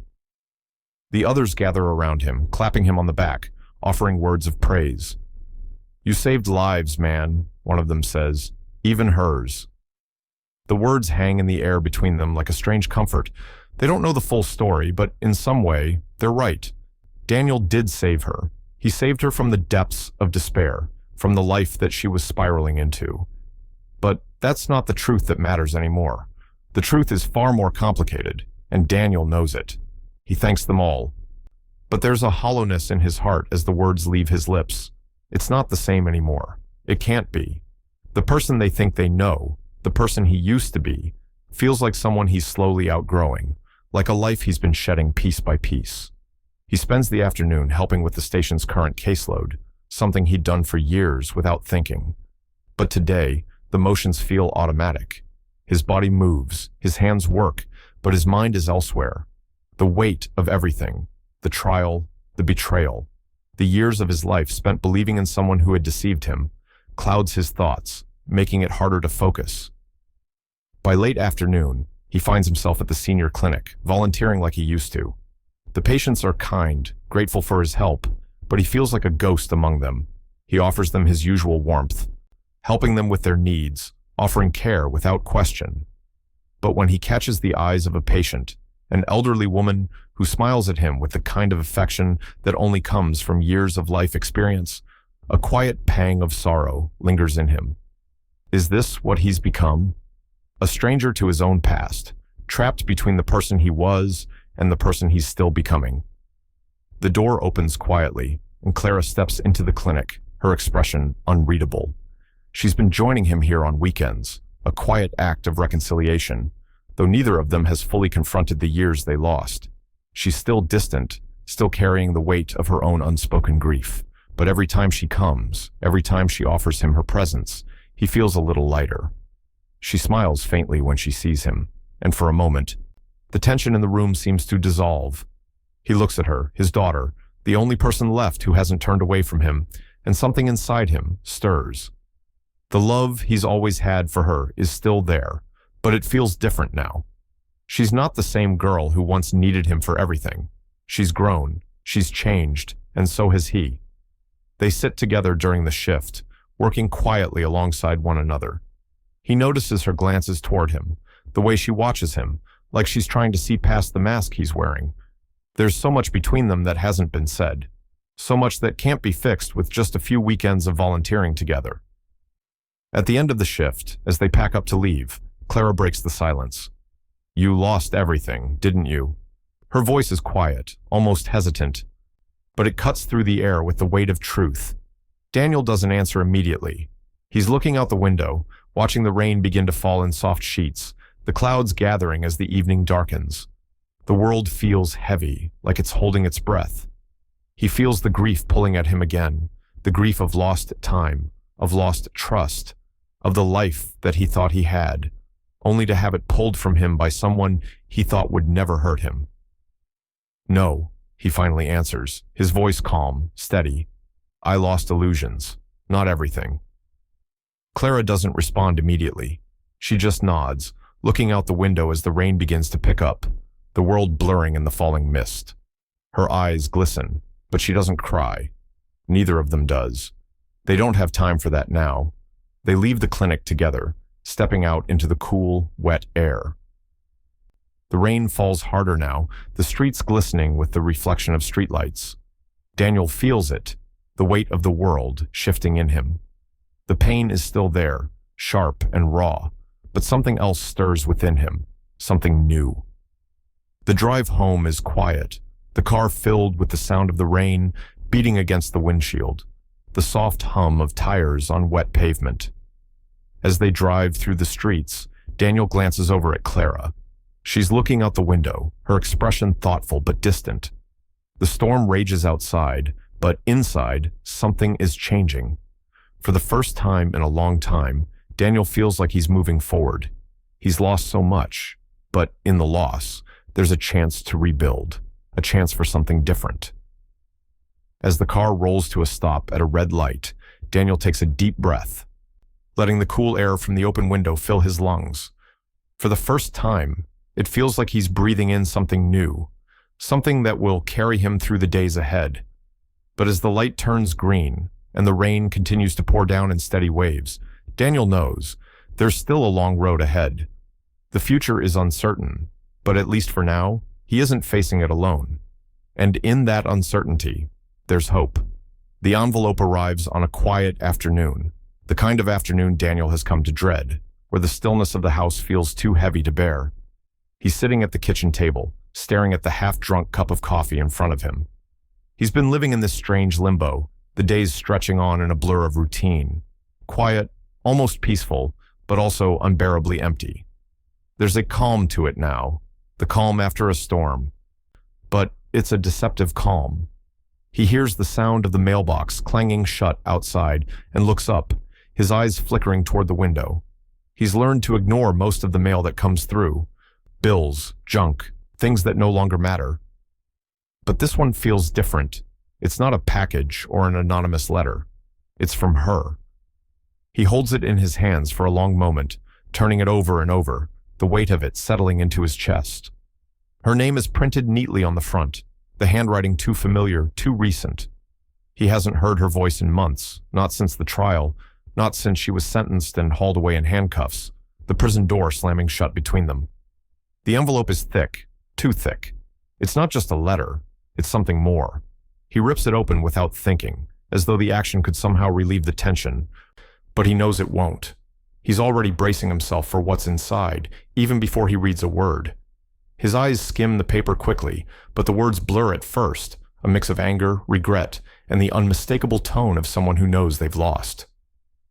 "You'll never understand what loneliness does," the letter begins. He stops reading, his chest tightening, the air feeling heavier around him. He's heard that line before. It was always her excuse, the reason she acted the way she did, the reason for the manipulation, the lies. She'd always claimed she was a victim of her own circumstances, of everything that went wrong in her life. But now, locked in a prison cell, she's trying to spin the same story. She's trying to pull him back into it. He continues reading, her words becoming more frantic, more pleading. "I've never been this alone. The walls close in on me. Every day is a reminder of what I've done. I made a mistake, but it doesn't feel real. I thought we'd have more time. I thought you'd forgive me. I thought—" Daniel's hand trembles slightly, but he doesn't stop reading. He knows she's trying to reach him, trying to manipulate him even from a distance. But the words feel hollow now, like echoes of a life he's finally left behind. A life that wasn't real. A life he was never truly part of. The letter is long, too long, and by the time he reaches the middle, his anger has started to simmer. She's still trying to paint herself as the victim. She's still trying to justify everything. "You have to understand, I did what I did out of love. It was always for you. For us." His breath catches as his eyes move to the next paragraph. "Please don't let them forget me. Don't let me die alone." The words stab at him, but something inside him hardens. He's been through the years of guilt, of questioning everything. He's been through the betrayal, the lies, the silent screams. And now, the thought of her in prison, alone, doesn't move him the way it used to. It's not his burden anymore. He's done carrying it. Without thinking, he tears the letter in half, watching the pieces flutter to the floor like falling leaves. But the letter's impact doesn't end there. He feels its weight linger in his chest, a reminder of everything that happened, of everything he lost.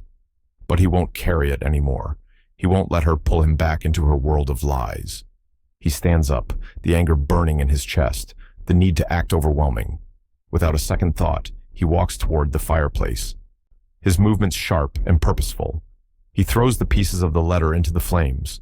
The paper crackles and twists as it burns, the fire dancing and eating it up, turning her words into ash. As the flames die down, Daniel stands there, staring at the embers. For a moment, the weight of it all feels heavier than it should, but then something else shifts, something lighter, something that feels like freedom. He's finally closing the door on that part of his life. He's done pretending, done holding on. From the hallway, Clara appears, her face soft with understanding. She doesn't say anything at first. She doesn't need to. She knows what this means for him, what it means for their family. She's seen the toll this has taken on him, and she knows how much he's lost. But she also knows this. He's not lost anymore.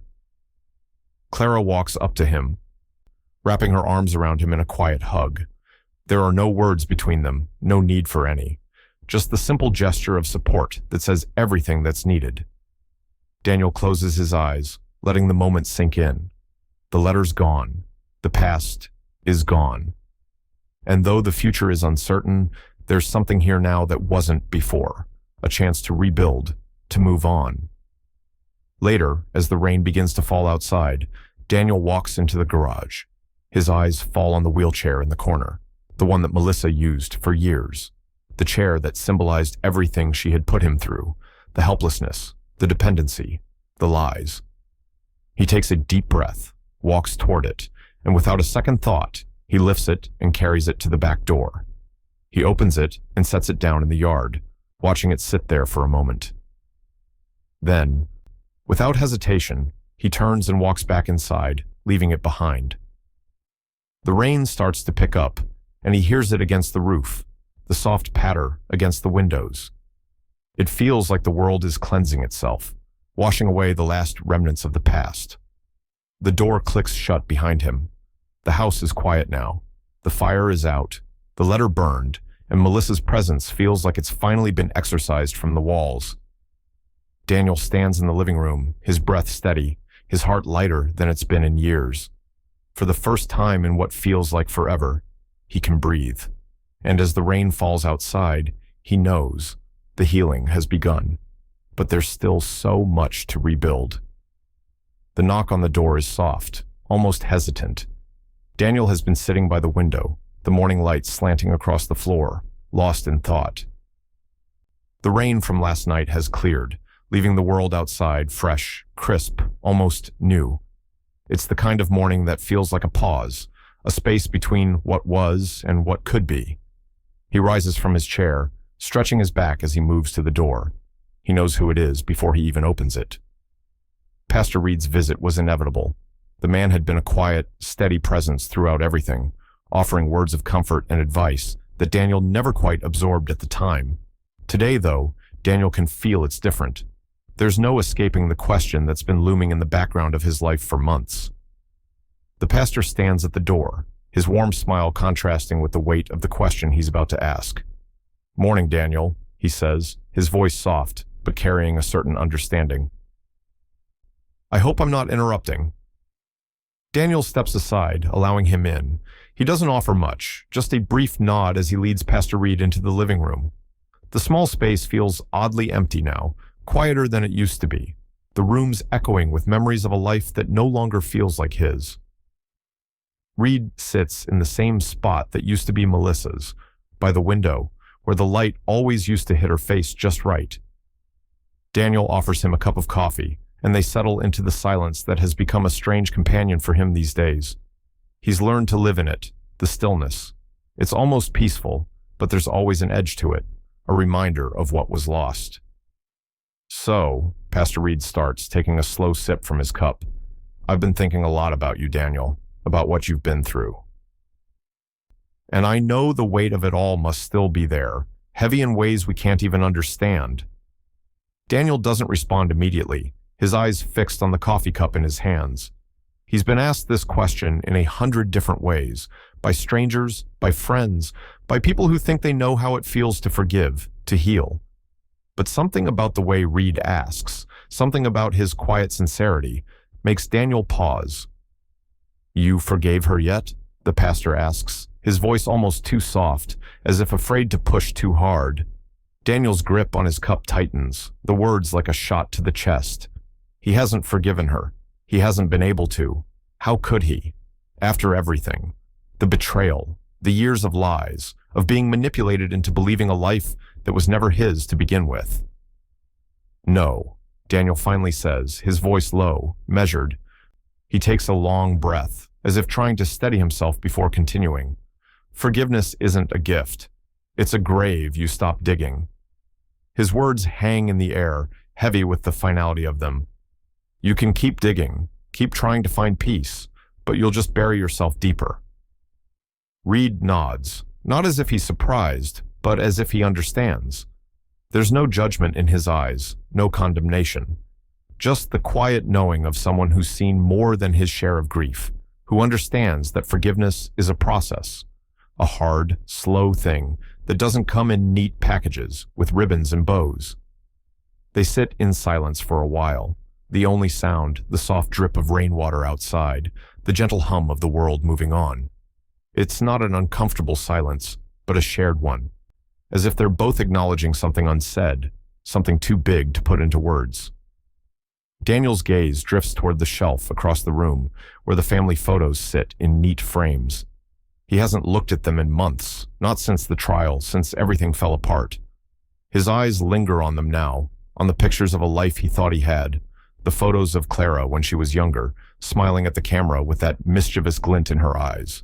There's a picture of him and Melissa from their wedding day, a moment he used to hold on to as a symbol of their love, now a distant memory of who they used to be. But it's Clara's picture, the most recent one, that catches his attention. It's a simple photo, just her, standing in the backyard, looking out at the horizon, a quiet strength in her face that reminds him of how far she's come. Only Clara remains, only her, and that realization hits him harder than he expected. Reed watches him for a moment, his eyes tracing the direction of Daniel's gaze. You've lost a lot, he says quietly, but you still have her.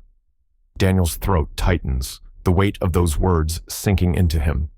He's lost so much, so many years, so much of himself in the process.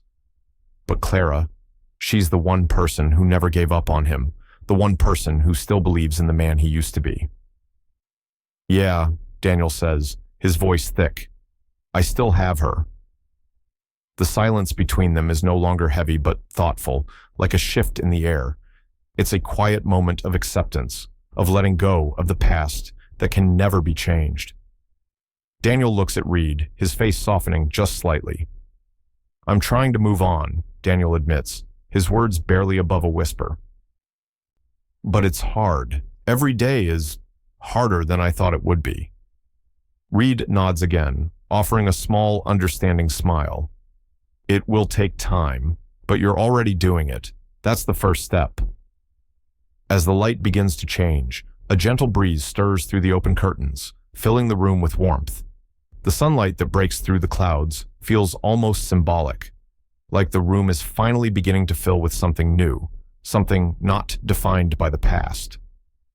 Clara walks in quietly, her face soft with the kind of quiet empathy that only she can offer. She doesn't say anything, just stands there for a moment, looking between Daniel and Reed. Her presence, in all its unspoken comfort, is enough. Daniel stands up and walks to the window, his hand resting lightly on the frame as he looks out at the world outside. He watches the light shift, the clouds parting, and he knows, deep down, that the past is never fully gone. But with Clara beside him, with the quiet support of those who haven't left, he can start to rebuild. He can start to move forward. "Let it go," Reed says softly from behind him, the words settling in his chest. "Forgiveness is a path, not a destination." Daniel nods without turning around, his chest a little lighter than before. As the light pours into the room, he feels the first real stirrings of peace. The weight of the past still lingers, but it's no longer suffocating. The door creaks open behind him, and Clara steps forward, standing next to him, their shoulders brushing lightly. They don't need words now, not with the light flooding the room, and not with the new beginning stretching out in front of them. For the first time, Daniel feels like he's breathing again. The air is thick with the scent of damp earth and the crispness of early spring as Daniel stands at the edge of the riverbank, the soft rush of water below him blending with the quiet hum of the world. His hand tightens around the small urn in his grip, the cool metal slick against his palm. It's strange, this weight of finality, this need to let go, to release the remnants of a life that has burned itself out. He can still feel the weight of the ashes inside, though they don't seem as heavy now. There's a sense of peace in the way they settle in his hand, as though the past, finally, is ready to be put to rest. He lifts the urn, his fingers trembling slightly as he uncaps it. He doesn't know why he's here, why he's come to this exact spot on the riverbank, other than the feeling that it's the right place, the place where everything feels like it's come full circle. The ashes slip through his fingers like fine dust, the wind catching them just for a second before they are lost to the current. The past, like the ashes, is gone, and with it, the weight of the lies, the years spent in the shadows of deception, has begun to fade. Daniel stands there for a long moment, watching the last of it disappear into the water, the once solid memories, now just another part of the world around him. He doesn't feel relieved, not exactly, but something in him has shifted. There's no going back now, no more pretending, no more clinging to what he thought he could salvage. From beside him, Clara's voice breaks the silence. It's calm, but there's something softer in it now, something less distant than before. 6 years gone, 6 seconds of truth, she says, the words not directed at him, but at the river, at the ashes, at everything that's led them here. Daniel glances at her, his eyes tired but steady. He nods slowly, his throat tight. "Yeah," he says quietly, the weight of those 6 years settling deeper into him. 6 years, gone, just like that. He reaches into his jacket pocket, pulling out his journal. He flips it open, the pages worn with time. The journal has been his only companion through it all, through the nights of doubt, the long days of sacrifice. He's written down everything, every fear, every decision, every moment he thought might break him. He clears his throat, the words feeling raw even now, like they haven't yet fully settled. With Clara standing beside him, Daniel begins to read aloud, his voice steady but thick with the grief he's still carrying. 6 years gone, 6 seconds of truth. That's all it took. 6 seconds. A lifetime of lies. And in the end, it only took 6 seconds to unravel everything. The words linger in the air, the weight of them hanging between father and daughter. It's the truth that's been simmering beneath the surface for so long, a truth that, despite all the anger and betrayal, has somehow allowed him to breathe again. 6 years of living a lie, and now, finally, he can start again. Clara doesn't speak right away, just watches the river flow past them. Her expression is unreadable, but there's a quiet understanding in the way she stands, as if the weight of the moment has settled in her, too.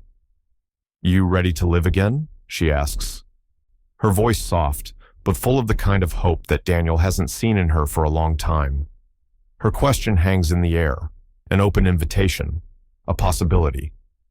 Daniel looks at her, really looks at her for the first time in months, and in her eyes, he sees something he hasn't seen before, something that makes his chest tighten with the ghost of what could be. She's here. She's standing beside him, not just as his daughter, but as someone who is ready, in her own quiet way, to face what's ahead. "Yeah," he says, his voice quiet, the weight of his past slipping off his shoulders piece by piece. "Maybe for both of us." They stand there for a long while, the sound of the river filling the space between them. There's no rush, no need to fill the silence with anything more. The past is gone, and in this moment, there's only what lies ahead. They both know it won't be easy. There's a long road to walk, but for the first time in a long time, Daniel feels the first stirrings of something like hope. A hope that maybe, just maybe, the future is still worth fighting for. Clara reaches out and takes his hand, and together they start to walk. The mountain peaks in the distance glow in the fading light, the last traces of sunlight breaking through the clouds. It's like the world is holding its breath, waiting for them to take the next step. They walk in silence, the sound of their footsteps mingling with the distant rush of the river. And as the light fades into evening, Daniel feels it, the quiet peace of moving forward, of leaving the ashes behind, of finally stepping into something new. The reflection of the river, the mountains, and the sky shimmer in the water as they walk away, the light fading slowly, but with it, a sense of closure, of renewal. And for the first time in years, Daniel doesn't feel lost. He doesn't feel trapped. He just feels like he's finally breathing again. But even as they walk, as the world changes around them, Daniel knows the future is still uncertain, still full of the unknown. And the journey has only just begun. The room is quiet. The only sound is the faint scratch of Daniel's pen against paper, each word settling onto the page like the final piece of a puzzle. The journal is open before him, its pages worn and stained with years of emotion. He runs a finger over the cover, Her Lie, My Life, a title that once felt like an anchor, holding him in place, tethered to a past that was slowly suffocating him. But not anymore. Not now. His hand stills for a moment, and he stares at the page in front of him. It's a final act of closure, a way to put everything behind him without looking back. The ink flows smoothly as he writes, the words slow, deliberate, as though he's finally finding the words he's been searching for all along. Justice was never revenge. It was release. The sentence feels final, like the last breath of a life he no longer recognizes. The words are true, but it's still hard to believe them. Hard to believe that what he's done, what he's endured, could somehow be distilled into something so simple. He spent so long living in the shadow of anger and betrayal, but now, it's different. It's not about winning. It's about letting go.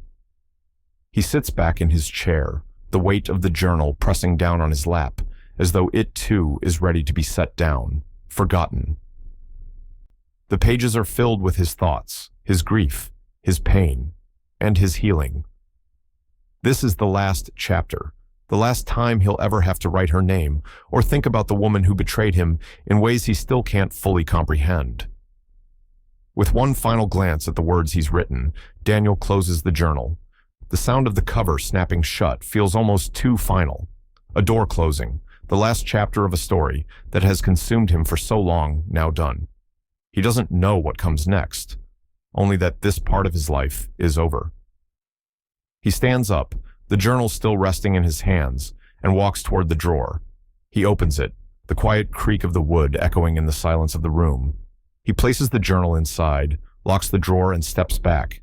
The weight in his chest feels lighter now, not entirely gone, but the pressure has eased. For the first time in a long while, Daniel doesn't feel trapped by the past. He feels free. But that freedom, as much as it's welcome, feels strange. There's no map for this part of his life. No instruction manual for moving on after the world you thought you knew has shattered. He walks over to the light switch, his fingers brushing the switch as he pauses for a moment. The room is bathed in the soft, fading light of dusk, and for the first time in weeks, he feels the smallest pull of hope. He flips the switch off, plunging the room into darkness, but the world outside is still alive, still moving, the sounds of night beginning to stir. He steps onto the porch, the cool evening air filling his lungs. The breeze is soft, almost gentle, carrying with it the scent of fresh earth and rain. Daniel closes his eyes for a moment, breathing it in, letting the coolness settle over him. It feels like the world is moving on, and for the first time, Daniel feels like he's moving with it. The weight of the past, of everything he thought he had, everything he thought he lost, seems to have faded. The anger, the betrayal, the grief. It's all still there somewhere, but it no longer defines him. He takes a slow step forward, feeling the earth beneath his feet, the soft rustle of the trees above. Everything around him is changing, and for the first time in years, Daniel doesn't feel like he's being swept along by the current. He feels like he's choosing to walk, choosing to move forward, one step at a time. Behind him, the door to the house closes softly, Clara's footsteps fading into the background. He doesn't hear her approach, but he knows she's there, just out of sight. They don't speak. There's no need for words right now. The soft breeze rustles the trees, as if the world itself is exhaling, letting go of what was and embracing what will be. It's the sound of something new beginning. The stillness is broken by a voice, Daniel's voice, quiet and steady, carrying across the open air as he looks out at the horizon. Love doesn't end. It just changes names. It's a truth that he's only just beginning to understand. Love doesn't disappear just because the person you loved is no longer who you thought they were. It just transforms. It shifts into something different, something you can no longer define by the old rules. The camera lingers on him for a moment, the faintest glow of the last light of the day glinting off his face as he stands on the porch, alone, but not truly alone. The world moves on, and so does he. The camera pulls away slowly, the reflection of the mountains and the sky in the river shimmering like a new chapter being written, waiting to unfold. As the screen fades to black, the soft sound of the wind lingers, a whisper of the journey still to come.